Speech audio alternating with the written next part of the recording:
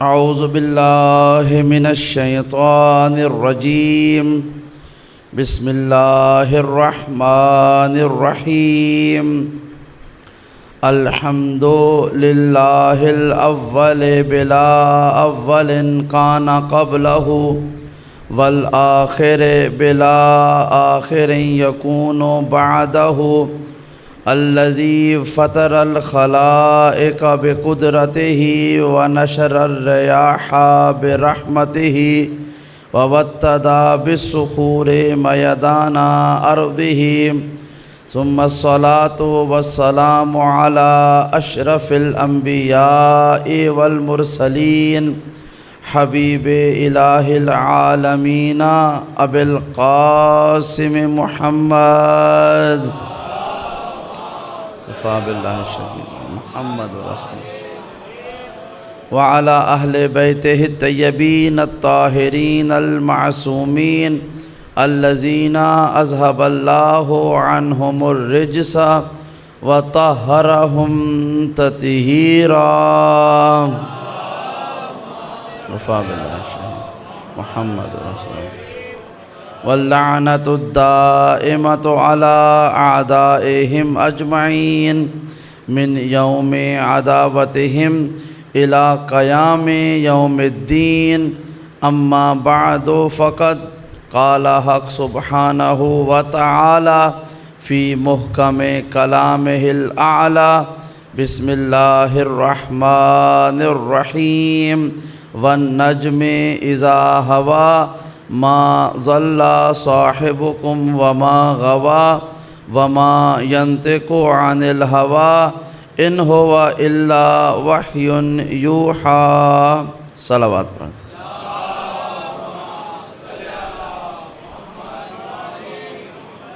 محترم اور مکرم سامعین کرام، عزاداران سید الشہداء، پرشاداران سادات کربلا، السلام علیکم ورحمۃ اللہ وبرکاتہ۔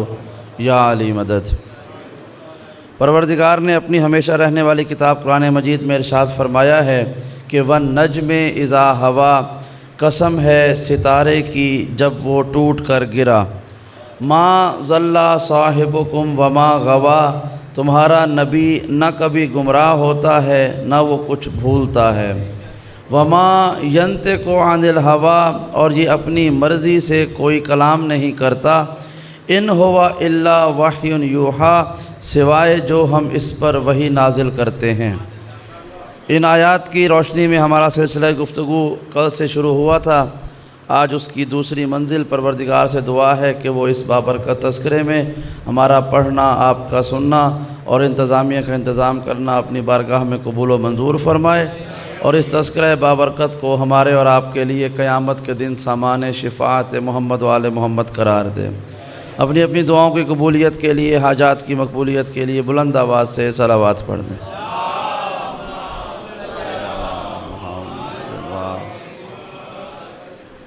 پروردگار نے قرآن مجید میں نے کل آپ کے سامنے عرض کی تھی کہ تقریباً 40 کے قریب اپنی ہی بنائی ہوئی مخلوقات کی قسمیں کھائی ہیں، اور اس کے بعد ان قسموں کے نتیجے کے طور پر 50 سے زیادہ آیتوں کا کلام کیا ہے، یعنی تقریباً 96 آیتیں اگر مجموعی طور پر جمع کی جائیں تو وہ بنتی ہیں کہ جس میں اللہ نے یا قسم کھائی ہے یا قسم کھانے کے بعد ان کے نتیجے کو بیان کیا ہے۔ اور کمال کی بات یہ ہے کہ جس شے کی بھی قسم کھائی ہے وہ شے پروردگار نے خود خلق فرمائی ہے۔ بڑی منفرد بات یہ ہے کہ قسم کھائی کیوں جاتی ہے۔ دیکھیں، قسم اس وقت کھائی جاتی ہے کہ جب سامنے والی بات کو اپنی بات کا یقین دلوانا ہو، اسے بتانا ہو کہ میری بات کتنی سچی ہے، یا اس کو یہ بتانا ہو کہ میری بات میری پچھلی باتوں سے کتنی اہم ہے، کتنی بڑی بات ہے، اس لیے میں قسم کھا کے کہہ رہا ہوں۔ اور ہمیشہ قسم کھائی جاتی ہے کسی بڑی قیمتی شے کی۔ انسان کبھی بھی معمولی شے کی قسم نہیں کھاتا۔ بھئی آپ نے یہ تو دیکھا ہوگا کہ انسان قسم کھاتے ہوئے کہہ دے کہ میرے ماں باپ کی قسم یا مجھے میری اولاد کی قسم۔ کبھی کوئی شخص ذی عقل شخص، ذی شعور شخص کوئی یہ نہیں کہے گا مثلاً کہ مجھے اپنے گھر کے برتن کی قسم، سب کو پتہ ہے یہ بڑی معمولی سی شے ہے۔ وہ کبھی یہ نہیں کہے گا مثلاً کہ یہ جو باہر میری سائیکل کھڑی ہے اس کی قسم، یا میرے کچن میں کوئی کوئلہ پڑا ہے اس کی قسم۔ کیوں؟ اس لیے کہ اگر وہ یہ جملے کہے بھی تو لوگ کہیں گے یہ مذاق بنا رہا ہے، یہ بڑی معمولی شے کی قسم کھا رہا ہے۔ قسم کھائی جاتی ہے اس شے کی کہ جو یا تو قسم کھانے والے کے لیے بڑی ہو یا جس کے لیے قسم کھائی جا رہی ہے اس کے لیے بڑی ہو۔ بھائی میں آپ کے سامنے قسم کھا کر کوئی بات کروں تو یا تو وہ قسم کھاؤں گا جو میرے لیے بڑی قیمتی ہو یا وہ شے جو آپ کے لیے قیمتی ہو، ہے نا؟ جبھی تو قسم کا یقین آئے گا۔ اور اگر معمولی اشیاء کی قسم کھانا شروع کر دیں تو اس کا مطلب ہے یہ بات بھی بڑی بے وزن ہے اور یہ قسم بھی بالکل بیکار ہے، کیونکہ جس شے کی قسم کھائی گئی ہے وہ اس کی قیمت نہیں ہے کہ آپ بڑی بات کرتے ہوئے اس کو گواہ بنائیں۔ اور میں نے کہا قسم کھائی اس شے کی جاتی ہے یا قسم کھانے والے کے لیے قیمتی ہو یا جس کے لیے قسم کھائی جا رہی ہے اس کے لیے قیمتی ہو۔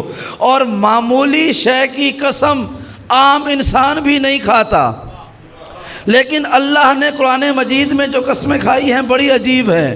اللہ کائنات میں سب سے بڑی ذات کا نام ہے، اس سے بڑی کوئی ذات نہیں ہے، لیکن پروردگار نے جو قسم کھائی ہے نا وہ بڑی عجیب کھائی ہے۔ مثلا فرمایا والتین والزیتون وطور سینین، مجھے قسم ہے انجیر کی، مجھے قسم ہے زیتون کی، اور مجھے قسم ہے اس کوہ طور کی۔ یعنی اللہ کے لیے یہ انجیر، یہ زیتون جو ہمارے لیے کوئی حیثیت نہیں رکھتے، تو کوئی تو راز ہوگا کہ اللہ نے ان معمولی اشیاء کی قسم کھائی ہے۔ جزاک اللہ۔ سنیے گا ذرا، بیداری ہے، توجہ سے بات سنیے گا کہ بڑی قیمتی بات ہے۔ ہم قسم کھاتے ہیں، جزاکم اللہ، ہم قسم کھاتے ہیں بڑی قیمتی اشیاء کی۔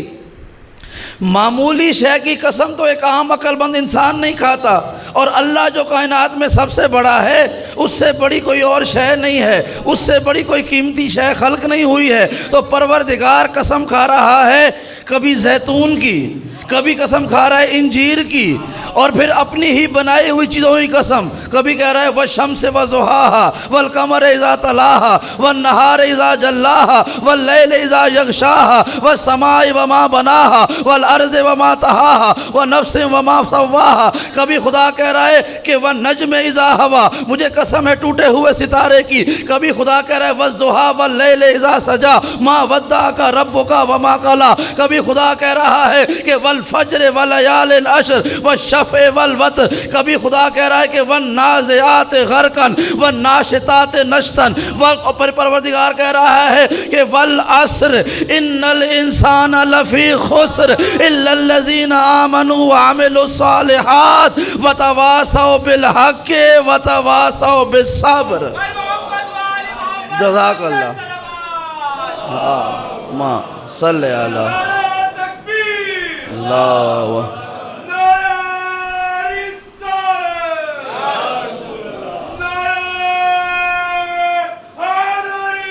یا علی زندہ باد، زندہ باد،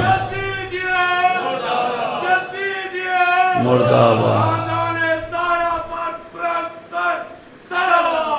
اللہم صلی وسلم۔ جزاک اللہ۔ تو اللہ قسمیں کھا رہا ہے ان چیزوں کی جسے اللہ نے خود خلق کیا۔ تو پروردگار ہمارے لیے تو نے معیار بنا لیا کہ قسم کھانا بڑی شے کی، قسم کھانا قیمتی شے کی۔ اب اللہ سے نہ کوئی بڑا ہے نہ کوئی قیمتی ہے، تو اللہ نے قسم کس کی کھائی؟ زیتون کی، انجیر کی، زمین کی، آسمان کی، سورج چاند ستاروں سیاروں کی۔ اور کبھی تو ایسی بات ہوئی کہ کبھی اڑتے ہوئے فرشتوں کی قسم کھائی، کبھی بھاگتے ہوئے گھوڑوں کی قسم کھائے۔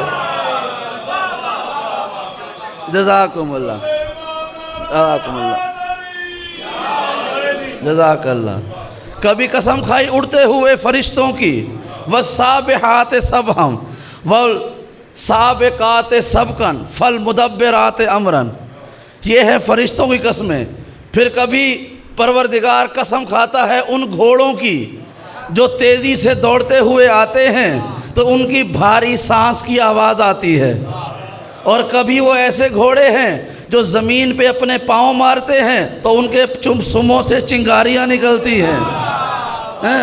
تو اب خدا قسمیں کھا رہا ہے کن چیزوں کی؟ فرشتوں کی، بھاگتے آنے والے گھوڑوں کی، بلکہ گھوڑوں کی نہیں، ان کی بھاری سانسوں کی اور ان کے پاؤں سے اگنے والی چنگاریوں کی۔ تو اللہ کن اشیاء کی قسمیں کھا رہا ہے جو ہمارے اور آپ کے لیے بڑی معمولی ہے؟ زیتون کی قسم، انجیر کی قسم۔ تو اب ہم سوال کر سکتے ہیں نا، پروردگار تو جو کائنات میں سب سے بڑا ہے، تو جو کائنات میں سب سے قیمتی ہے، تو تو نے قسمیں کیوں کھائی ہیں ان معمولی اشیاء کی؟ خدا کی قسم یہ سوال رہتا اگر صادق آل محمد کی بارگاہ میں نہ جاتا۔ ایک شخص نے امام سے کہا، مولا کہ پروردگار سب سے بڑا ہو کر اپنی ہی بنائی ہوئی مخلوقات کو اتنی عزت دے رہا ہے کہ اللہ ان کی قسمیں کھا رہا ہے۔ تو امام نے فرمایا، دنیا والوں یاد رکھو، اللہ نے جب قسم کھائی ہے قرآن مجید میں جس شے کی بھی، وہ صرف اس شے کی قسم نہیں تھی، بلکہ جو شے اللہ کی قسم میں آئی ہے اس کی نسبت ہم محمد و آل محمد سے ہوتی ہے۔ جزاکم اللہ،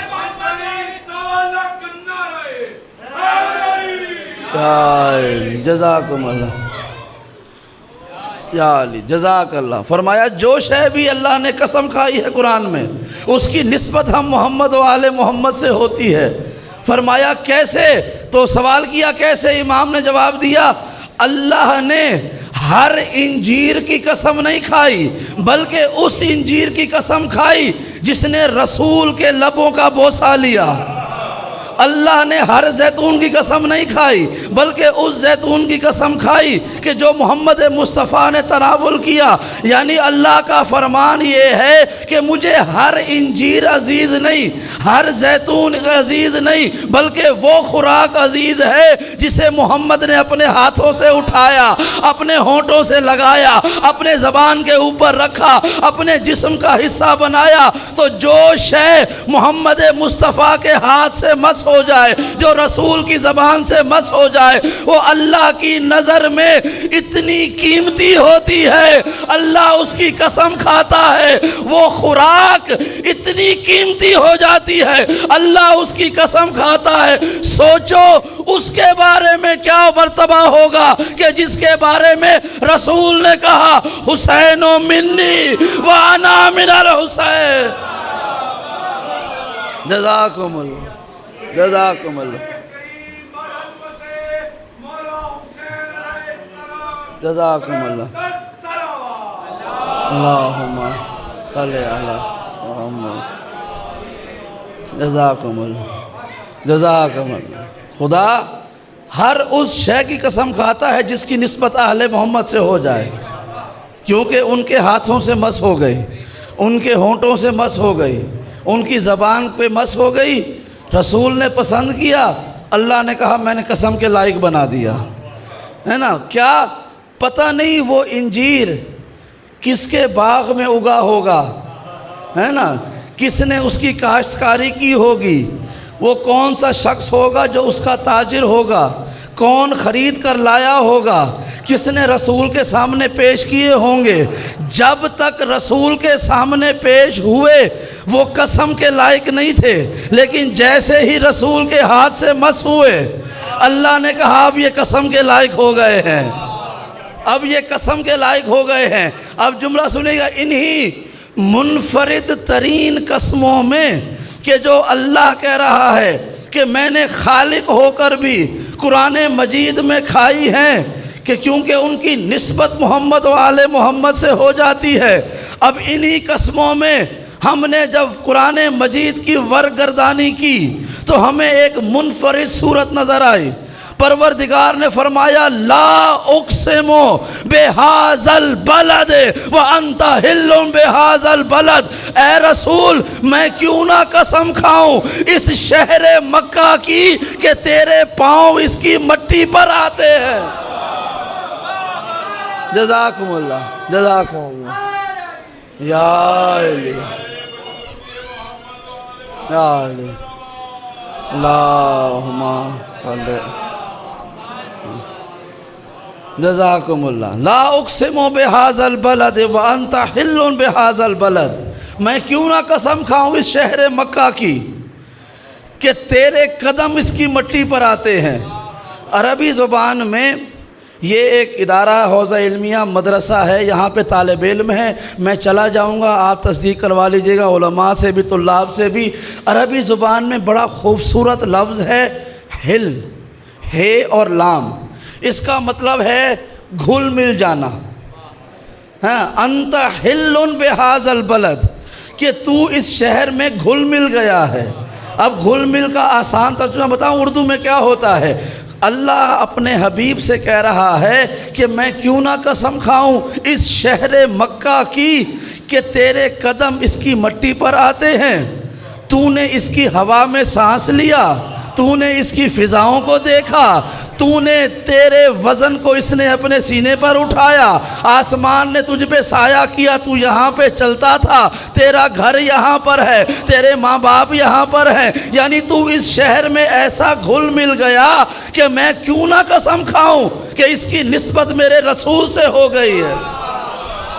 جزاک اللہ. آپ جملہ سنیے کہ اس کی نسبت ہو گئی میرے رسول سے. کیوں؟ وَأَنْتَ حِلٌّ بِهَذَا الْبَلَدِ، تو جو اس زمین پہ چلتا پھرتا ہے، تیرے قدم جو اس کی مٹی پر آتے ہیں، تو یہ قدم اس قابل ہیں کہ جس مٹی پر آئیں وہ اللہ کی نظر میں لائق قسم ہو جاتی ہے. لیکن یہاں تک آیت کو پڑھ کر، سورت کو پڑھ کر روکنا نہیں. اگلی آیت سنیں گے کیا ہے؟ پروردگار فرما رہا ہے لا اقسم بہذا البلد وانت حل بہذا الولد ووالد وما ولد. اے محمد میں کیوں نہ قسم کھاؤں اس شہر مکہ کی کہ تو اس کی زمین پر چلتا ہے اور تیرے ساتھ ایک باپ رہتا ہے اور اس کا ایک بیٹا بھی رہتا ہے. جزاکم اللہ، جزاکم اللہ، جزاک اللہ. اللہ محمد، کہ میں کیوں نہ قسم کھاؤں اس شہر مکہ کی کہ تو اس کی زمین پر چلتا ہے، وَوَالِدٍ وَمَا وَلَدٍ، اور تیرے ساتھ ایک باپ بھی رہتا ہے اور اس باپ کا ایک بیٹا بھی رہتا ہے. بھائی یہ قوم وہ ہے، حاجی صاحب میں نے ابھی صرف آیت پڑھی ہے اور ترجمہ کیا ہے، انہوں نے داد دینا شروع کر دیا. یعنی یہ عقل مند کی نشانی ہے، اسے اشارہ کافی ہوتا ہے. بھائی میں نے مکے کا تذکرہ کیا تو آپ سمجھے کہ رسول کی بات ہے، چونکہ اللہ نے رسول کا ذکر کیا، رسول کا ذکر کیا. اور پھر میں نے جیسے ہی اگلی آیت پڑھی کہ رسول تنہا نہیں ہے، رسول کے ساتھ ایک باپ بھی ہے اور اس کا ایک بیٹا بھی ہے. اس کا مطلب ہے شہر مکہ اپنی تمام تر عیب اور برائیوں کے باوجود، کیونکہ اس زمانے میں مکے میں بت پرستی ہوتی تھی، بت بنانے والے رہتے تھے، بت پوجنے والے رہتے تھے، بتوں کی تجارت کر کے غنی ہونے والے رہتے تھے، ہے نا؟ ہاں، ایسے لوگ تھے جو بتوں کی تجارت کر کے مالا مال ہو گئے. وہ رہتے تھے، شراب پی جاتی تھی، شراب کشید کی جاتی تھی، شراب بیچی جاتی تھی، وہاں پر چوریاں ہوتی تھی، راہزنی ہوتی تھی. یہ سب عیب بھی مکے میں تھے. لیکن اللہ کہہ رہا ہے میں کیوں نہ قسم کھاؤں، بے شک اس کے سارے عیب ہیں، میں پھر بھی قسم کھاؤں گا کیونکہ اس میں محمد رہتا ہے. اور پھر محمد اکیلا نہیں رہتا، اس کے ساتھ ایک باپ بھی رہتا ہے اور اس باپ کا ایک بیٹا بھی رہتا ہے. بھائی اب ہم نے دیکھا کہ محمد مصطفیٰ کے علاوہ کون سا ایسا باپ ہوگا اور اس کا بیٹا ہوگا کہ جو اللہ کی نگاہ میں لائق قسم ہوگا کہ اس کے رہنے کی وجہ سے اللہ مکے کے عیب چھوڑ دے گا. ان تینوں کی وجہ سے مکے کو لائق قسم بنائے گا. اور ہم نے یہ دیکھا کہ مصطفیٰ کے ساتھ یا ابو طالب رہتے تھے یا علی ابن ابی طالب. جزاکم اللہ. جناب ابو طالب علیہ السلام بلند السلام. اللہم محمد. جزاکم اللہ، جزاکم اللہ۔ ایک باپ تیرے ساتھ رہتا ہے اور ایک بیٹا رہتا ہے، تو جس عظمت کا اے رسول میں نے تجھے پایا کہ تیرے ہونے کی وجہ سے مکے کو لائق قسم بنا دیا، تو اسی عظمت پر وہ باپ بھی فائز ہے، وہ بیٹا بھی فائز ہے کہ ان کے ہونے کی وجہ سے مکے کے میں نے سارے عیب پس پش ڈال دیے۔ اور خدا کہہ رہا ہے پھر میں کیوں نہ قسم کھاؤں؟ یعنی اگر کوئی عام الفاظ میں سمجھاؤں کہ اگر کوئی کہے کہ اے اللہ اس مکے میں تو تیرے دشمن رہتے ہیں، یہاں پہ تو بت پرست رہتے ہیں، یہاں تو بتوں کی تجارت ہوتی ہے، کعبے کے اندر بت رہتے ہیں، یہاں شراب ہے، یہاں رہزنی ہے، یہاں ہر گناہ ہوتا ہے، تو اس کی قسم کیوں کھا رہا ہے؟ تو جواب میں اللہ یہ آیتیں بھیجے گا، لا اقسم بہذا البلد وانت حل بہذا البلد ووالد وما ولد۔ اے مکے پہ اعتراض کرنے والو، اس کے اندر یہ ساری برائیاں اپنی جگہ پر، تم یہ بھی تو دیکھو اس مکے کے اندر میرا رسول رہتا ہے، اور رسول کے ساتھ ایک باپ رہتا ہے، باپ کے ساتھ ایک بیٹا رہتا ہے۔ اور ہم نے مکے کی تاریخ اٹھا کر دیکھی، ہمیں پوری تاریخ مکہ میں صرف ایک باپ ایسا ملا کہ جو اتنا صاحب کردار تھا کہ اس کو لائق قسم بنایا جا سکتا تھا۔ ہاں، اس کو لائق قسم بنایا جا سکتا تھا۔ اور یہ خطابت کا جملہ نہیں، یہ میرا عقیدہ ہے۔ جزاک اللہ۔ اور جس کا نہیں ہے نا اس کو ہم بنا کے دیں گے۔ ہاں، جس کا عقیدہ نہیں ہے وہ آج اٹھے گا تو عقیدہ بنا کے جائے گا کہ ایک شخص ہے کہ جو رسول کے لیے بمنزلت والد رہا ہے نا۔ اللہ نے قرآن میں لفظ استعمال کیا ہے وہ والدن، کہ ایک والد ہے۔ اب رسول کے حقیقی والد کا انتقال ان کے دنیا میں آنے سے کچھ مہینے پہلے ہو گیا تھا، تو کوئی ایسا ڈھونڈیں گے جسے رسول نے اپنے والد کی طرح سے رکھا ہو۔ ہاں، کوئی تو ایسا ہوگا کہ جس نے والد بن کر محمد کو پالا ہو، والد بن کر محمد کو پالا ہو۔ میں نے کہا تھا یہ صرف خطابت کا جملہ نہیں، ہمارا کوئی ایسا عقیدہ ہی نہیں جسے ہم قرآن سے ثابت نہ کر سکیں۔ ہمارا وہ عقیدہ نہیں ہو سکتا جسے ہم قرآن سے ثابت نہ کر سکیں، ہے نا۔ اب جملہ سنیں، پروردگار، میں نے آپ کے سامنے کہا کہ اللہ نے ایک ذات کو اس لائق بنایا کہ اسے پہلے محمد کے والد کی جگہ پہ رکھا، پھر اسے لائق قسم بنایا۔ کیوں؟ کیونکہ اس شخص نے رسول کو باپ بن کر پالا، ہے نا، باپ بن کر پالا، اور تنہا وہ خود نہیں، اپنے بیٹے کو بھی رسول کے ساتھ رکھا تاکہ وہ والد و ما ولد یہ دونوں پورے ہو جائیں، ہے نا۔ اب یہ جملہ یاد رکھیے گا، باپ بن کر پالا، دوست بن کر نہیں، مربی بن کر نہیں، والد کی طرح سے پالا۔ قرآن کا لفظ ہے، میں تو دہراتا رہوں گا اسے، کسی کو پسند آئے یا نہ آئے۔ بھائی قرآن کہہ رہا ہے کہ ہم نے ایک شخص کو محمد مصطفیٰ کے باپ کے درجے پر رکھا، اور اس کے ساتھ اس کا بیٹا بھی تھا، ہے نا۔ اب جملہ سنیں، قرآن مجید میں نے کہا تھا خطابت کا جملہ نہیں ہے، ہمارا عقیدہ وہ ہو نہیں سکتا جسے ہم قرآن سے نہ تلاش کر سکیں۔ قرآن مجید میں پروردگار نے 4 لوگوں کے کاموں کو اپنا کام کہا ہے۔ سنیے گا، 4 لوگوں کے کاموں کو اللہ نے اپنا کام کہا ہے۔ پہلا، پروردگار نے جبریل امین کے کام کو اپنا کام کہا۔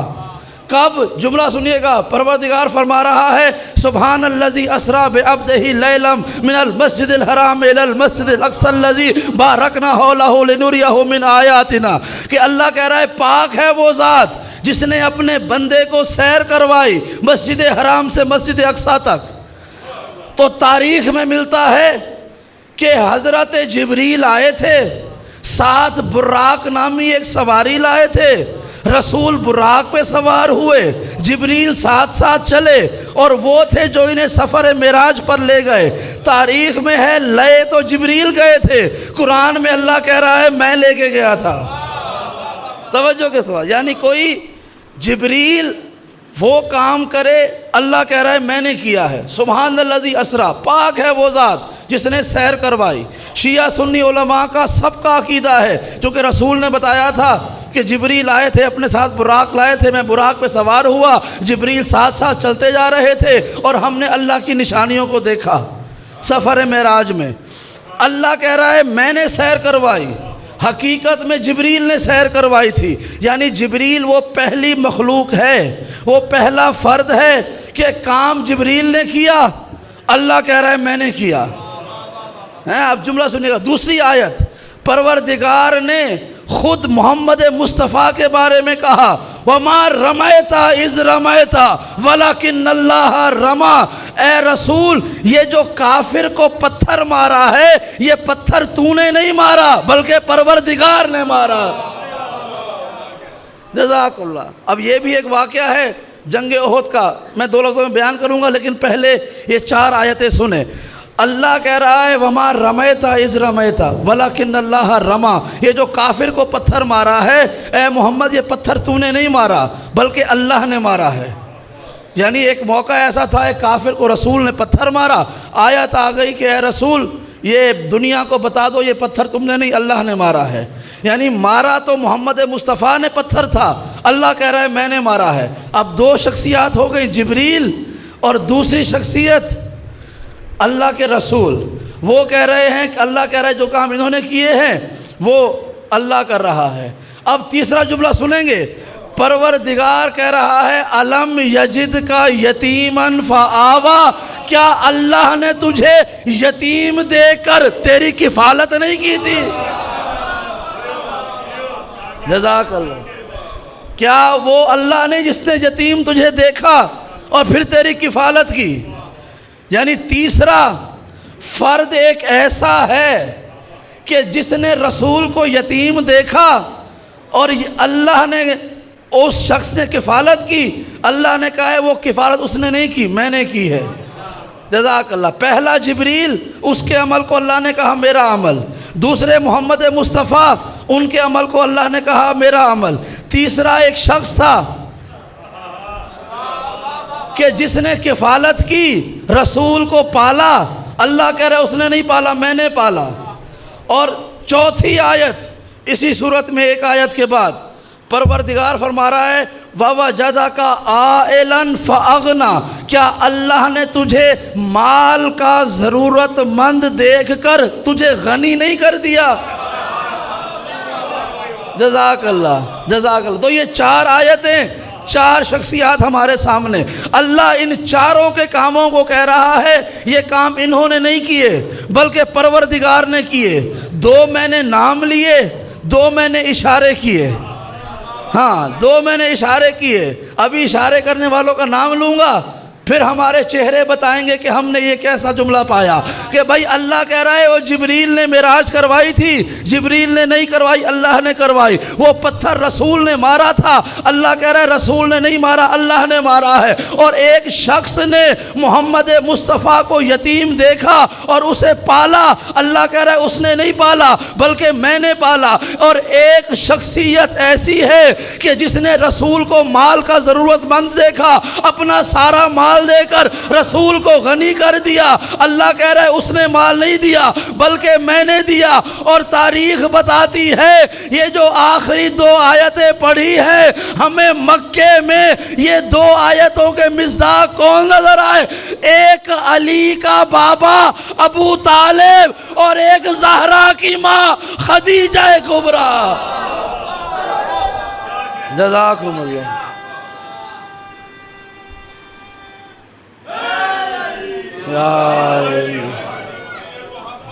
جزاکم اللہ۔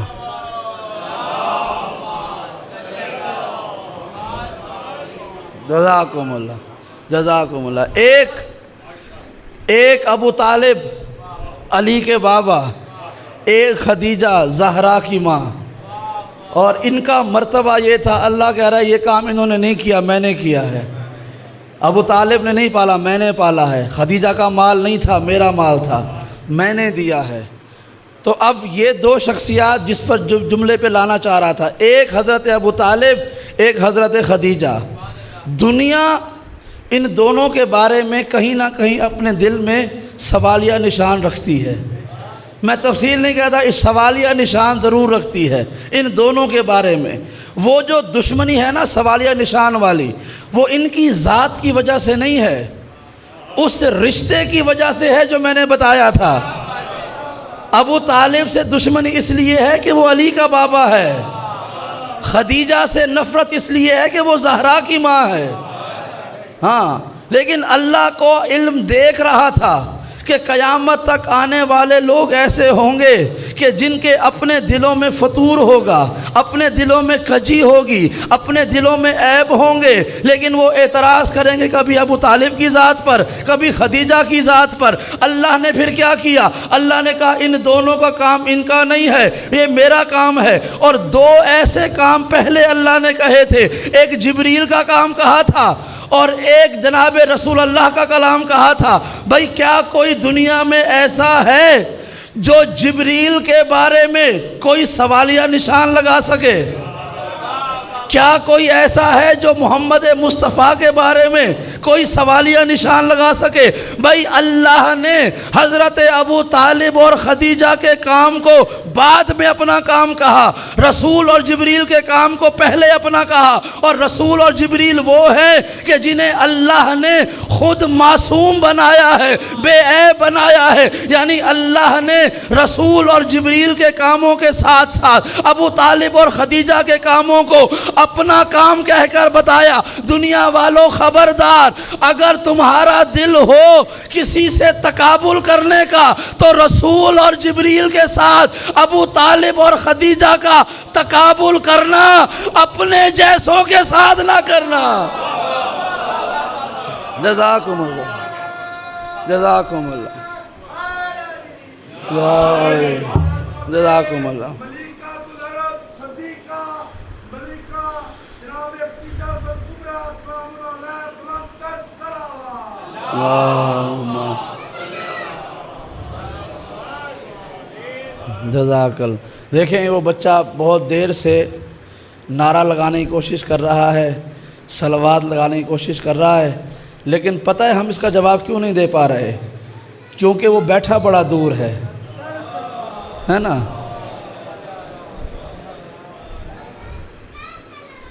اللہم جزاکم اللہ۔ یہ تو فطرت ہے، اگر یہ بچہ یہاں ہوتا تو ہم پہلی دفعہ میں اس کی آواز کا جواب دے دیتے، ہے نا۔ وہ دور بیٹھا ہے، لہذا کچھ قصور ہمارا ہے، کچھ اس کا ہوگا۔ اگر یہ قریب آ جائے تو ہم پہلی سطح میں جواب دے دیں گے۔ اور گزارش بھی یہی ہے جب مجلسوں میں آیا کریں تو یہ فاصلے کم کر کے بیٹھا کریں، کیونکہ وہ ہمارے خطبہ ذاکرین علماء کہا کرتے تھے کہ بلا فصل کے ماننے والے فاصلوں کے ساتھ اچھے نہیں لگتے ہیں۔ صلوات پڑھ دیں محمد و آل محمد پر۔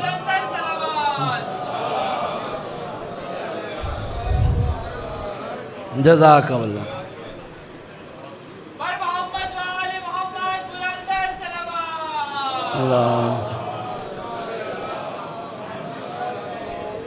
جزاکم اللہ۔ اب پروردگار کہہ رہا ہے، مجھے پتا تھا میں پہلے بول دیتا، میں آدھی مجلس کے بعد آپ کو آگے بلا رہا ہوں، سلامت رکھے۔ تو پروردگار نے چار شخصیات کے کام کو اپنا کام کہا، ایک جبریل، ایک اللہ کا رسول، ایک علی کے بابا، ایک سیدہ کی ماں۔ یعنی اللہ کی نظر میں ان چاروں کے کردار ایسے ہیں کہ اگر اللہ ان کی نسبت اپنے ساتھ کر دے تو خدا فخر سے اسے قرآن میں شامل کر دیتا ہے، فخر سے شامل کر دیتا ہے۔ بھائی میں آپ کو ایک مثال دے دوں، میں غالباً 2022 کی بات ہے، 4 سال پہلے ہمارے والد صاحب محرم پڑھا کرتے تھے یورپ میں اکثر، تو بیمار ہو گئے، انہوں نے کہا کہ اب میں محرم نہیں، ڈاکٹروں نے کہا کہ آرام کریں، تو جرمنی سے انہیں فون آیا، دعوت آئی کہ آقا آپ یہ محرم ہمارے ساتھ پڑھیں، ہر سال پڑھتے ہیں اب بھی پڑھیں۔ تو انہوں نے کہا کہ بھائی میں تو بیمار ہوں، نہیں پر چل پھر سکتا، آپ ایسا کریں میرے بیٹے مولانا ہاشم کو پڑھا دیں۔ انہوں نے کہا کہ آقا ظاہر ہے وہ نوجوان ہیں، ہم کو سنتے ہیں، لیکن ہم چاہتے ہیں کہ یہ محرم مجلسیں آپ پڑھیں۔ تو میرے والد صاحب نے کہا بھائی وہ میرا بیٹا ہے، مجھے پتہ ہے وہ بڑی اچھی مجلس پڑھے گا، وہ پڑھے سمجھو میں نے پڑھا ہے نا، وہ پڑھے سمجھو میں نے پڑھا ہے۔ یہ جملہ میرے لیے بڑے اعزاز کی بات تھی۔ میں گیا مجلس سے پڑھ کے آیا، جب واپس آیا تو ابو نے والد صاحب نے فون کر کے پوچھا بھی کیسا پڑھا؟ کہا بہت اچھا پڑھا، بڑی اچھی بات ہوئی۔ تو آپ نے صحیح کہا تھا، ہمیں آپ کی جھلک نظر آئی ان کی باتوں میں۔ والد صاحب خوش ہو گئے، سب کو کہنے لگے دیکھا یہ ایسی مجلس پڑھتا ہے کہ لوگ سمجھتے ہیں میں پڑھ رہا ہوں، لیکن اگر میں وہاں جاتا غلط قرآن پڑھ کے آتا، اگر میں وہاں جاتا ٹوٹی پھوٹی گفتگو کر کے آتا، میں وہاں پہ جاتا اللہ کا تذکرہ کرنے کی بجائے کوئی کہانی سنا کے آ جاتا، اور پھر وہ لوگ شکایت کرتے کہ آقا آپ نے تو کہا تھا یہ پڑھیں، گویا آپ پڑھتے ہیں، آپ کی زبان سے ہم نے قرآن کی تفسیر سنی ہے، یہ آئے ہیں تو کہانیاں سناتے ہیں۔ بے شک آپ کا بیٹا ہے لیکن اس میں آپ والا کوئی کمال نظر نہیں آیا۔ تو پھر میرے والد کبھی زندگی میں نہ کہتے کہ یہ پڑھے گویا میں نے پڑھا ہے۔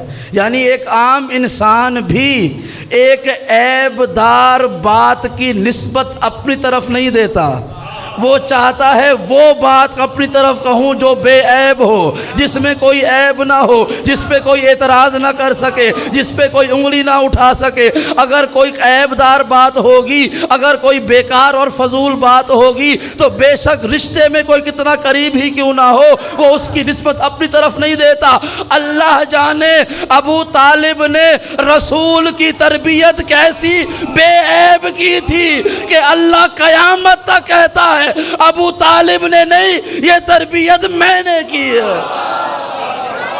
جزاکم اللہ، جزاکم اللہ۔ صلوات پڑھ دیں محمد و آل محمد پر۔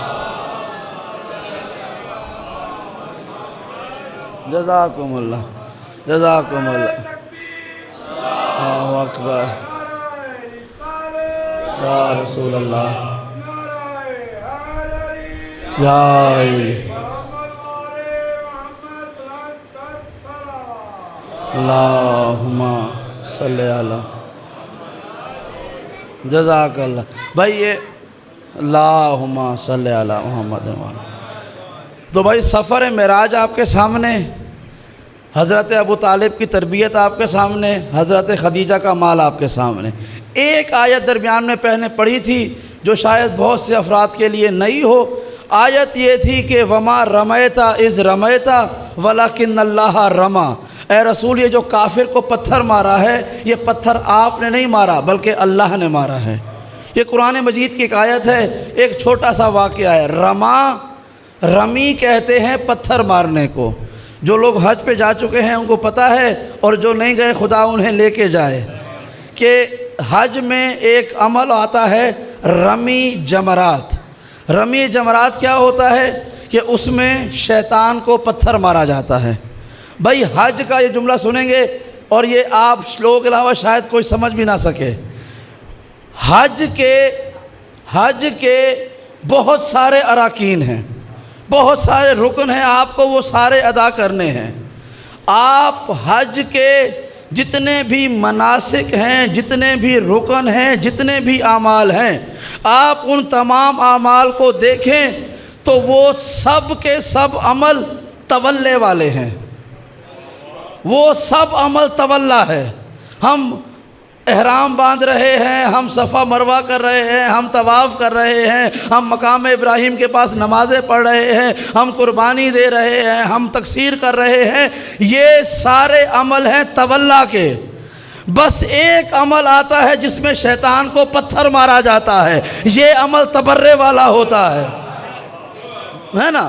پورا حج ہے تولا، ایک عمل ہے تبرہ، اور تبرہ صرف زبان سے نہیں بلکہ آپ کو عمل سے تبرہ کرنا ہے کہ آپ نے شیطان کی نشانیوں کو پتھر مارنا ہے، اسے کہتے ہیں رمی۔ لیکن کمال کی بات یہ ہے کہ آپ پورا حج مکمل کر لیں، اس کے بعد آپ کو اللہ نے کہا ہے کہ اب جا کے شیطان کو پتھر مارو۔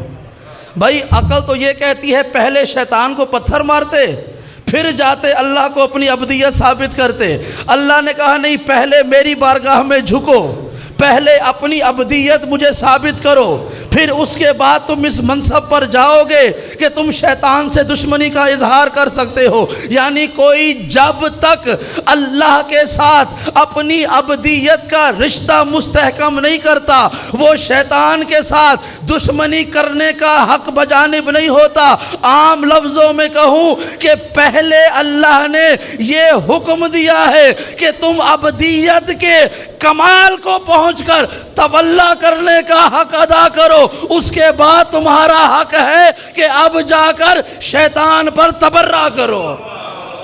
جزاک اللہ۔ یعنی پہلے عبدیت ثابت کرو، اس کے بعد شیطان سے دشمنی کا اظہار کرو۔ وہ جو پتھر مارے جاتے ہیں نا، انہیں کہتے ہیں رمی۔ رمی جمرات، جمرات کا میدان ہے، رمی کہتے ہیں پتھر مارنے کو۔ اللہ قرآن میں کہہ رہا ہے ما رمیتا اذ رمیتا ولکن اللہ رمی۔ اے رسول، یہ جو پتھر مارا ہے نا، یہ تو نے نہیں مارا، اللہ نے مارا ہے۔ آخری واقعہ سنیں کہ یہ آیت کہاں نازل ہوئی۔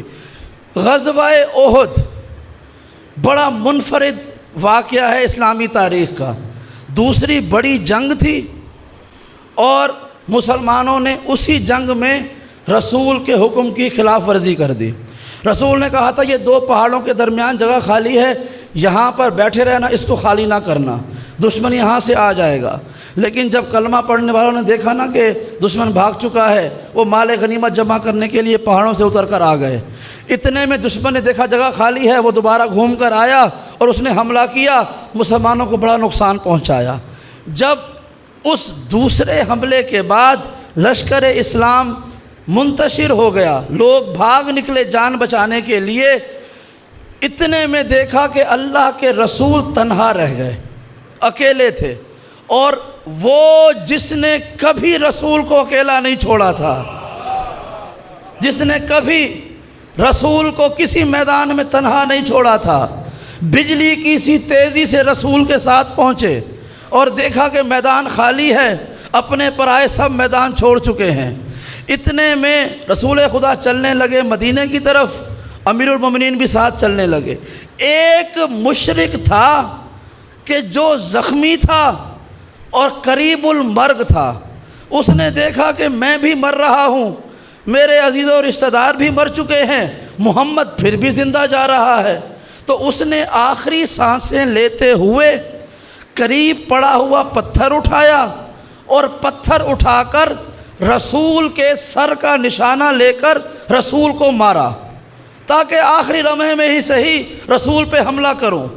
لیکن چونکہ وہ زخمی تھا، زمین پہ گرا ہوا تھا، وہ جو پتھر اس نے رسول کو مارا تھا نا، وہ رسول کے سر کی بجائے امیر المومنین کے کندھے پر لگا، کندھے پہ پتھر لگا۔ مولا نے پہلی نظر جھک کے پتھر کو دیکھا، پھر دیکھا کہ وہ مارنے والا بھی آہستہ آہستہ زمین سے اٹھ رہا ہے۔ رسول اللہ نے کہا یا علی کیا ہوا؟ کہا اللہ کے رسول وہ کافر جو زمین سے آہستہ آہستہ اٹھ رہا ہے نا، اس نے مجھے پتھر مارا ہے، وہ پتھر میرے شانے پر لگا ہے۔ جب یہ جملہ سنا، کبھی جلال میں نہ آنے والی اللہ کی رحمت کو جلال آیا، کبھی جلال میں نہ آنے والے رسول کو جلال آیا۔ رسول نے جھک کے وہ پتھر اٹھایا اور وہ پتھر اس کافر کے مارا، اور وہ جو رسول کے سر پر مارنا چاہتا تھا وہ پتھر اس کافر کے سر پر لگا اور وہ گرتے ہی جہنم واصل ہوا۔ جب وہ پتھر اس کافر کے سر پر لگا اور وہ گرتے ہی مر گیا، تو اتنے میں مسکرا کر یہ دونوں بھائی چلنے لگے۔ ایک رسول کا اپنا جانثار کہ جس نے پوری کوشش کی تھی کہ اس کی جان رسول پہ نثار نہ ہو۔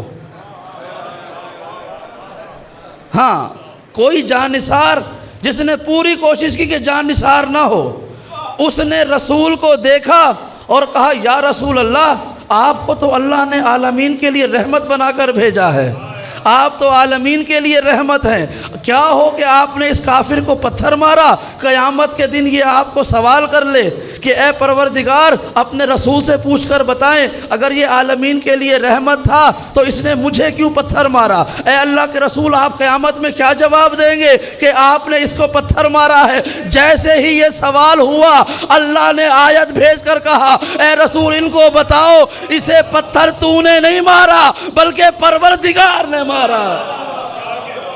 جزاکم اللہ۔ جزاکم اللہ۔ محمد کے دشمنوں پر لعنت بے شمار یا جزاک اللہ۔ فرمایا کہ اس کو بتاؤ یہ پتھر تم نے نہیں مارا، یہ پتھر پروردگار نے مارا ہے کہ تیری رحمت پر کوئی سوال نہ کر سکے۔ بتا دو انہیں کہ دشمن علی کو پتھر اللہ نے مارا ہے۔ اور کمال ہے، جزاکم اللہ جی،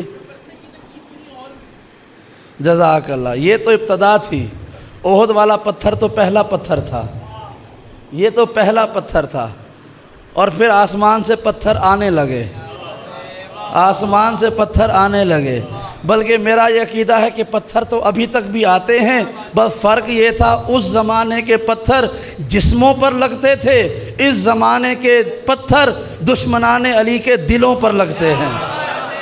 ہاں یا کہ وہ دشمنان علی کے دلوں پر لگتے ہیں۔ پتھر ہر زمانے میں آتے ہیں، کیونکہ اللہ نے وعدہ کیا ہے کہ وہ ان سے لڑے گا جو ان سے لڑیں گے۔ اللہ کے رسول کی آیت حدیث قصہ میں وہ فرمان مبارک موجود ہے کہ اے اللہ تو اسے دوست رکھ جو ان چاروں کو دوست رکھتا ہے، اور تو ان سے جنگ رکھ جو ان چاروں سے جنگ کرتا ہے۔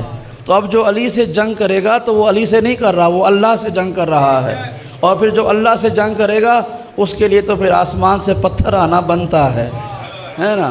اب یہاں پر گفتگو اس قسموں کے موضوع پر روک کر اس موضوع پر آتا ہوں کہ جو آج کی شب سے منسوب ہے، پھر کل یہاں سے دوبارہ اللہ کے نے جو قسمیں کھائی ہیں یہاں پر گفتگو کا آغاز کروں گا۔ قرآن مجید میں نے کہا تھا نا، ہمارا وہ عقیدہ ہی نہیں ہے جس کو ہم قرآن سے ثابت نہ کر سکیں۔ آج کی شب منسوب ہے حضرت امام علی رضا کے ساتھ، ہمارے اور آپ کے 8ویں امام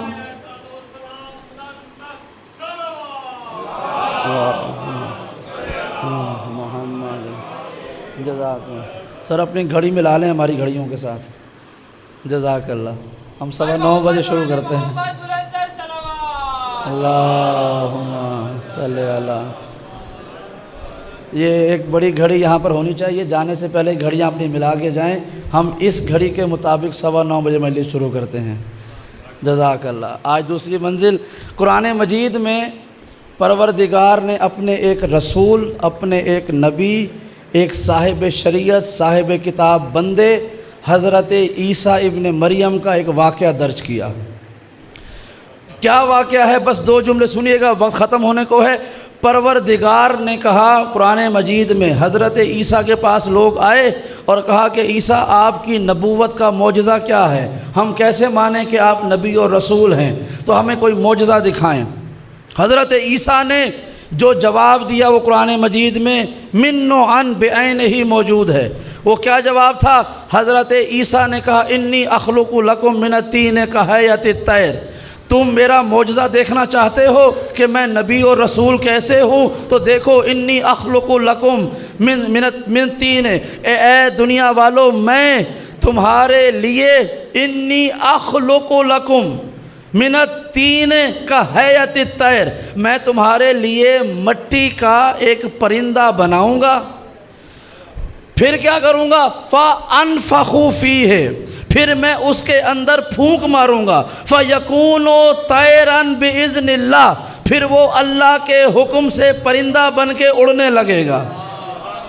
ٹھیک ہے، اب یہ آیت ہے قرآن مجید کی۔ حضرت عیسیٰ کے پاس لوگ آئے کہ اے عیسیٰ آپ کی نبوت کا معجزہ کیا ہے؟ کہا کہ میں تمہارے لیے ایک پرندہ خلق کروں گا مٹی سے، پرندہ نہیں، کہیئۃ الطیر، پرندے نما کوئی شے، حیت ہوگی، لگے گا یہ پرندہ ہے، پھر کیا کروں گا؟ انفخ فیہ، پھر میں اس کے اوپر پھونک ماروں گا، فیکون طیرا باذن اللہ، پھر وہ پرندہ اللہ کے اذن سے پرندہ بن کے اڑنے لگے گا۔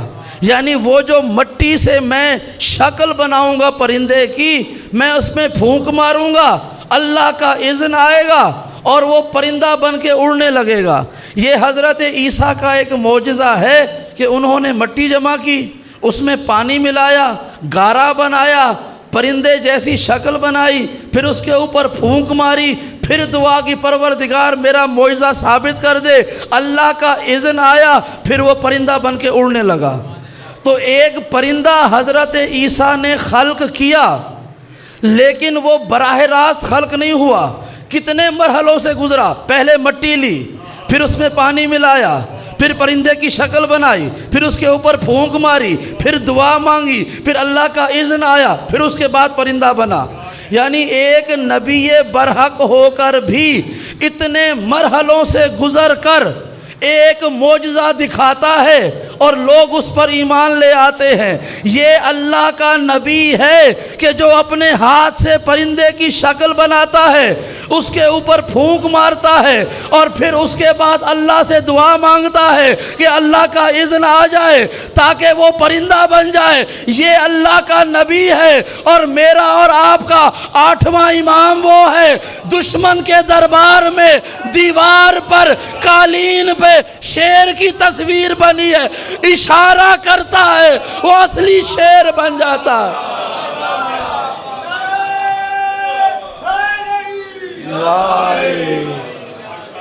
جزاکم اللہ، اللہم صلی اللہ،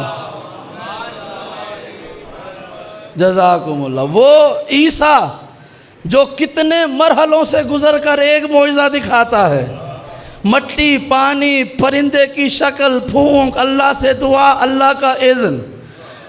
اور وہ علی کا بیٹا کہ جو اپنے دشمن کے دربار میں کھڑا ہوا، دیوار پر قالین پہ شیر کی تصویر بنی ہوتی ہے، اسے اشارہ کرتا ہے، نہ مٹی جمع کرتا ہے، نہ پانی بناتا ہے، نہ شیر کی شکل بناتا ہے، نہ اس کے اوپر پھونک مارتا ہے، نہ اللہ سے دعا کرتا ہے، نہ اذن کا انتظار کرتا ہے، بس صرف اشارہ کرتا ہے اور شیر قالین سے نکل کے سامنے آ جاتا ہے۔ بھائی پرندے کی شکل عیسیٰ نے خود بنائی تھی، عیسیٰ نے خود شکل بنائی تھی، اللہ کا نبی ہو کر خود شکل بنائی، تو جیسی شکل بنی ہوگی ویسا ہی پرندہ بنا ہوگا، کیونکہ خود عیسیٰ نے بنایا۔ اللہ جانے وہ قالین کہاں سے آیا، اس کے اوپر تصویر کس نے بنائی، اور نہ مٹی کا انتظار۔ اب یہ جملہ سب سے قیمتی ہے، یہ میرا عقیدہ ہے، کوئی مانے یا نہ مانے، یہ ڈسکلیمر دے رہا ہوں، یہ میرا عقیدہ ہے، اور منہاج الحسین کے اس منبر سے لے کر میں قیامت کے دن تک اپنے اس عقیدے سے ایک حرف پیچھے نہیں ہٹوں گا۔ اور عقیدہ کیا ہے آپ دیکھیں، پروردگار کا نبی جس شے کے ذریعے جس شے کے ذریعے پرندہ بناتا ہے وہ ہے مٹی۔ مٹی ایک شے ہے، پھر اس مٹی میں پانی ملاتا ہے، پانی بھی ایک شے ہے، پھر اس کے بعد پرندے کی شکل بنتی ہے، وہ شکل بھی ایک شے ہے، پھر وہ اپنی پھونک اس میں مارتا ہے، یہ ہوا جو منہ سے نکلتی ہے یہ بھی ایک شے ہے، پھر اس کے بعد وہ دعا کے لیے ہاتھ اٹھاتا ہے، یہ دعا کے لیے لفظ نکلے یہ بھی ایک شے ہے، پھر اللہ کا اذن آتا ہے یہ بھی ایک شے ہے۔ یعنی اللہ کا نبی ایک چھوٹا سا معجزہ دکھانے کے لیے کتنی ساری اشیاء کا محتاج ہوتا ہے، اور جو علی کا لال ہوتا ہے وہ ہوتا ہے جو لا شے سے ایک شے کو خل کر دیتا ہے۔ اللہ اکبر،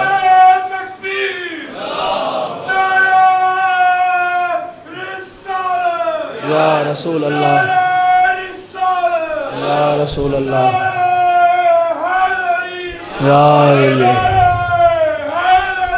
یا علی، زندہ باد، زندہ باد، مردہ باد، مردہ باد۔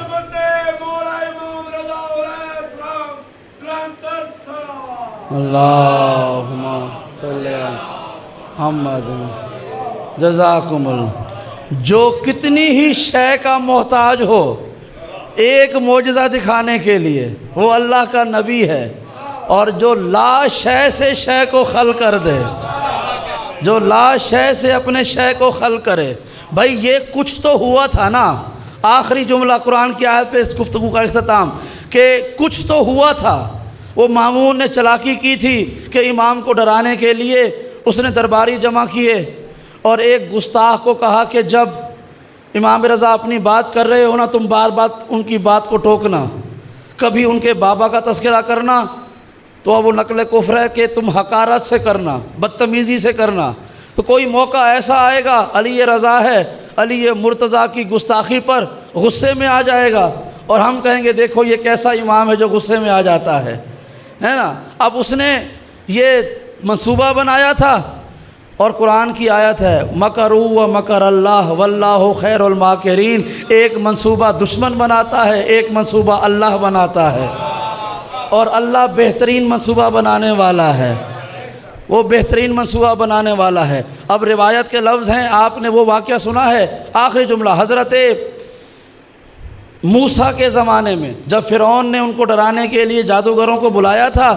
جادوگروں نے رسیاں ڈالی تھی، وہ سب سانپ بن گئے تھے، حضرت موسیٰ نے اپنا عصا ڈالا، زمین پہ گرایا تو وہ سارا رسیوں کا جو سانپ والا کرتب تھا وہ اس عصا نے اپنے اندر ختم کر لیا۔ حضرت موسیٰ نے اس کو پکڑا، وہ دوبارہ عصا بن گیا، وہ دوبارہ عصا بن گیا۔ اب یہ واقعہ ذہن میں رہے تو جیسے ہی وہ جو قالین سے شیر تھا وہ باہر آیا اور اس نے فوراً سے گستاخ علی مرتضیٰ کو پہچانا اور اس نے اس کا شکار کر لیا۔ روایت میں ہے کہ اس نے وہ پورا انسان جو گستاخ علی تھا اس کو اپنے جبڑوں میں نکلا اور اس کو نگل لیا۔ اب جب دیکھا نا مامون نے کہ اس نے شیر نے اس دشمن علی کو کھا لیا ہے، اب وہ کہنے لگا کہ آپ تو کریم ابن کریم ہے، آپ تو رحیم ابن رحیم ہے، بے شک وہ گستاخی کر رہا تھا، آپ اس کو معاف کر دیں اور دوبارہ زندگی دے دیں۔ تو مسکراتے ہوئے امام نے کہا اگر موسیٰ کے عصا نے جادوگروں کے سانپوں کو واپس کر دیا ہوتا تو آج یہ شیر بھی میرے بابا کے گستاخ کو واپس کر دیا۔ جزاکم اللہ، جزاکم اللہ، اللہم صلی علی محمد، جزاکم اللہ۔ تو یہ ہمارے امام کا مرتبہ کہ وہ اشارہ کرتے ہیں تو دشمن کے دربار میں لگا ہوا ایک خاکہ بھی حقیقت بن جاتا ہے۔ یوں ہی تو نہیں، دشمنوں نے ان کے سارے کمالات دیکھنے کے باوجود ان پر ظلم کے پہاڑ توڑے۔ کوئی تو وجہ ہوگی نا، وہ وجہ یہی تھی کہ وہ جتنے مکر و فریب کرتے تھے خدا ان کا ایسے ہی جواب دیتا تھا۔ اور روایت میں ہے کہ جب مامون نے کئی مرتبہ امام رضا کو ظاہری طور پر تنگ کرنے کی کوشش کی اور اس میں ناکام ہوا، کبھی مناظرے کروا کر، کبھی یہ دربار میں گستاخی کروا کر، جب ہر طرح سے وہ ناکام ہوا تو آخر میں اس نے وہ کام کیا کہ جو اس کے آباء و اجداد نے امام کے آباء و اجداد کے ساتھ کیا تھا۔ ایک مرتبہ آپ کو اپنے پاس بلایا، روایت میں ہے کہا کہ میں نے آپ کے لیے اپنے دربار میں محل کے قریب ایک نیا کمرہ بنایا ہے، میں چاہتا ہوں آپ یہاں پر رکیں۔ امام کو کمرہ دکھانے کے لیے کمرے میں لے گیا اور وہاں پر انگور رکھے ہوئے تھے اور دسترخوان پہ بیٹھ گیا اور کہا کہ اے علی ابن موسیٰ آپ یہ انگور کھائیں۔ امام نے کہا کہ مجھے طلب نہیں ہے۔ اس نے کہا کہ اگر میں نے کہا ہے کھائیں تو پھر آپ کو کھانے ہوں گے۔ روایت میں بتا رہا ہوں کہ امام زمین میں تشریف فرما ہوئے اور امام نے چند دانے انگوروں کے تناول فرمائے، چند دانے کھائے تھے کہ امام کے سینے میں تکلیف شروع ہوئی، امام کے کلیجے میں تکلیف شروع ہوئی، اور بعض روایتوں میں ہے کہ امام کے دہن مبارک سے خون جاری ہوا، امام کی زبان سے خون نکلنا شروع ہوا اور امام نے اسے اپنی ردا کے دامن سے صاف کیا۔ پھر امام اٹھ کے جانے لگے۔ اب جملہ سنیں گے، مامون نے آپ کا ہاتھ پکڑ کر گستاخی سے زمین پر بٹھایا کہ اے علی تو کہاں جا رہا ہے؟ تو امام نے جانتے ہیں کیا جواب دیا؟ میں وہاں جا رہا ہوں جہاں تو مجھے بھیجنا چاہتا تھا، جہاں تو مجھے بھیجنا چاہتا تھا۔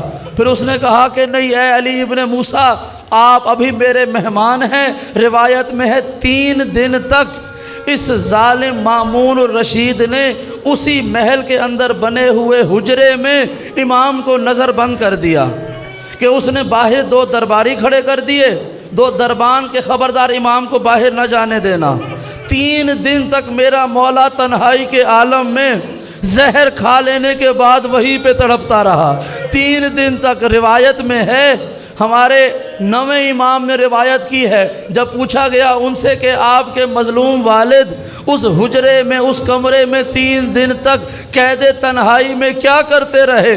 خدا کی قسم روایت میں ہے، ہمارے 9ویں امام کہتے ہیں میرے بابا نے اس قید تنہائی کے 3 دنوں میں بس 2 کام کیے، یا اللہ کی حمد کی یا حسین کی شام والی بیٹی کو یاد کر کے روتے رہے۔